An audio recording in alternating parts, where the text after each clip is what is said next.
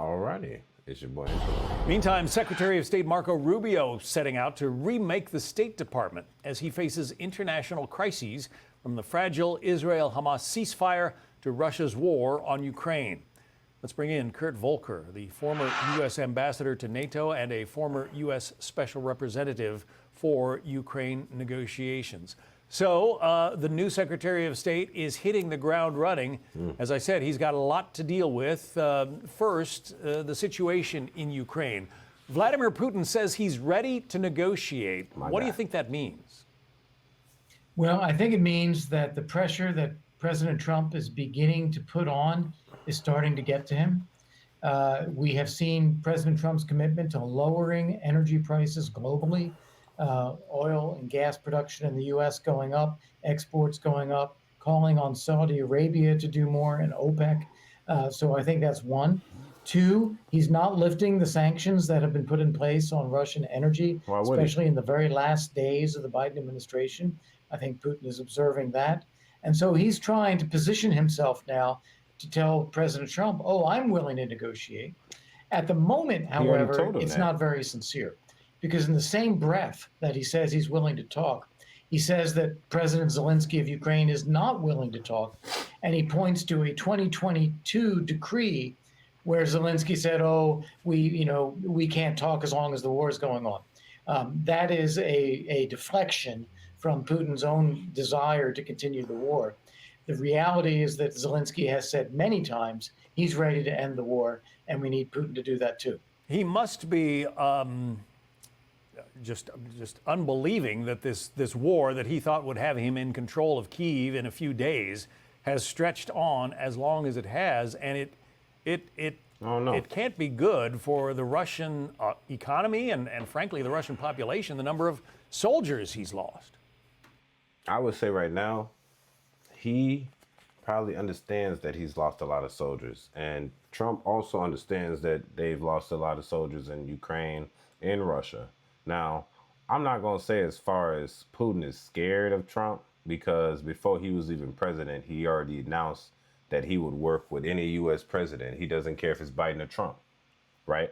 And he also congratulated him right after his assassination attempt on how he took it and how he stayed strong. And he liked that, how he was a strong leader and he kept continuing like that. And then not only that, he came victorious and he was on top. So I'm not going to say personally that Putin is afraid of Trump or afraid of war.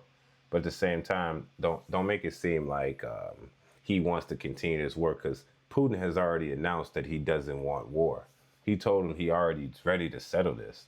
It's the America that keeps funding Ukraine to fight them. Like you're saying, don't expect Donald Trump to immediately take office and take off sanctions that are already in Russia, that's been sitting on Russia forever, because no deal has been made. Those sanctions are there for a reason. You put those there to make it harder for them to get goods and back and forth from our country, at least. So I think he just wants this to be over with. You know, hopefully we can all just bygones be bygones. I would say a good plan, if Trump was listening, I would say a good plan is for him to say, hey, whatever land you possess is what you keep. And that's it. We leave. That's it. Whatever land, I think he took like about 25% of Ukraine. Keep you that 25% and let's call it peace right there. We don't want no more dead people, because the U.S. don't want to get involved. We personally don't want to get involved because Ukraine's not a part of NATO. Also, we're funding their war. So why would we get involved when they have China and North Korea in their back pocket? Plus, on top of that, that's not our fight. That is not our war. That's not our fight. But we are helping out. We are funding it. So I would say Trump doesn't want a piece of this. He don't want to keep putting our tax dollars, giving billions and billions of dollars to Zelensky. You know what I'm saying? He needs to just nip it in the bud. All right, whatever you got, you take, you continue, and that's it. I'm not going to say he's not willing. He said he's been willing to negotiate. But Putin has been willing to negotiate for a long time. It's Biden that keeps feeding into it. And then Zelensky is basically not trying to settle either. And then you see you got the long-range missiles, bro. They don't want to continue to war because it's just going to get worse and worse. We're trying to save money, get rid of all these wars, and continue what we're doing. So Putin's not scared of Trump, and Trump is not scared of Putin. But that's how it's supposed to be. A man-to-man talk, an agreement. What can we do? Or if we have to use force, we will use force. It's that simple, man.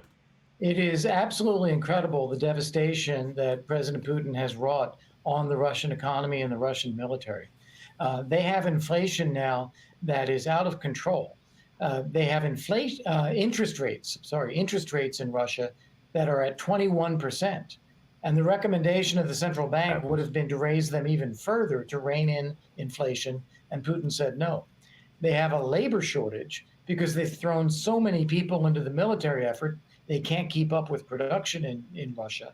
And meanwhile, they have lost as many as 700,000 people to the war, at least a third of those killed, and then the others wounded, but then less functional.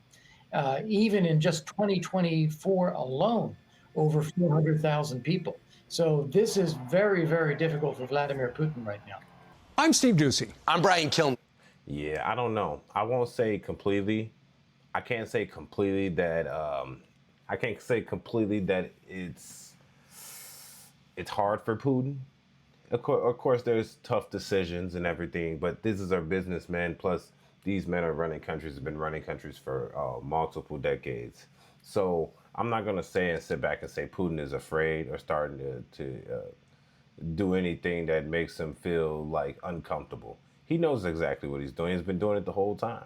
So I just think at the end of the day, this is what we're looking for. It's not about who feels tough, who's macho, who got the biggest pants, you know what I'm saying, who the longest slanging. You know what I'm saying? It ain't about that. It's about peace, because it ain't like the leaders are going to die. It ain't like Putin's going to die. It's not like Trump's going to die.